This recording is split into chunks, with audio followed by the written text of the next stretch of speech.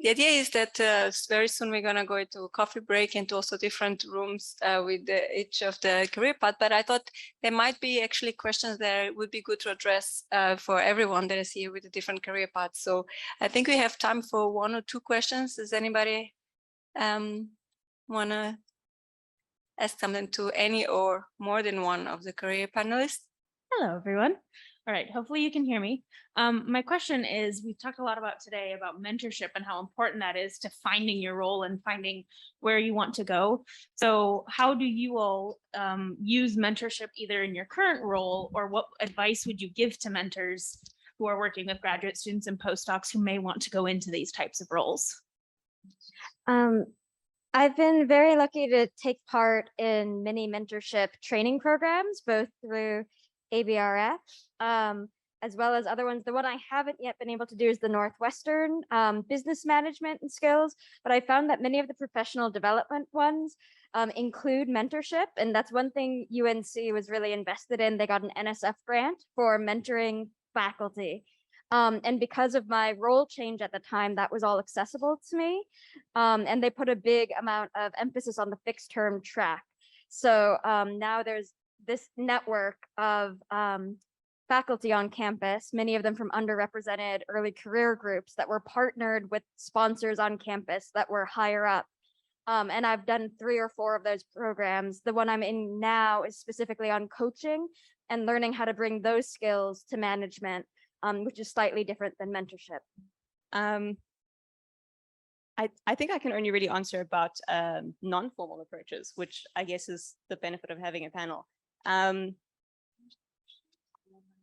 What I have found is that if you like the people that you're working with, they will become mentors, as opposed to toxic people. I realize that doesn't always help, but there's often people around. You just often have to, what I have found, and as a nervous introvert, it's been hard, but if you step outside of the environment, if you're struggling, there are people. If you find the people who look like they're doing something that looks like what you want to try and do, or if you're just stuck, my experience is that a lot of people are very generous with their time and advice.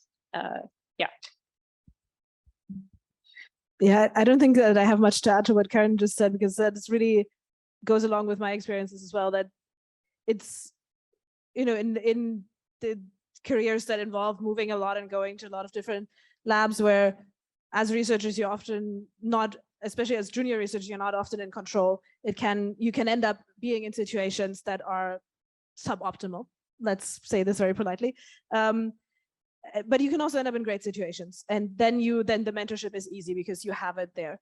But even if you're in a place where the direct mentorship is not great, there are so many opportunities around in the, you know, the labs next door, and going to talk to people, even if it's difficult, is incredibly helpful. And I think in the key thing for me in looking for mentors is authenticity. If people who are real about who they are and are sort of with their full selves in their job and in what they do, and that those, in my experience, have been the people who have been the best mentors. Alex? Can you hear me? Yes.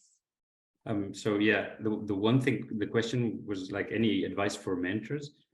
I have found that involuntarily a mentor will try to keep their student the longer they can, because if it's a good student, no, they will. It's like you're not even trying, but you're egoistically thinking of yourself. And sometimes maybe my advice would be, try to think of the student and, you know, let him loose and not keep him in your lab or whatever it is. It's not like any kind of, I'm not thinking about anyone, but it's like a tendency that people will kind of follow this path without realizing. That's all.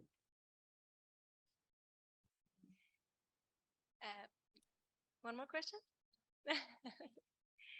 Thank you, everyone.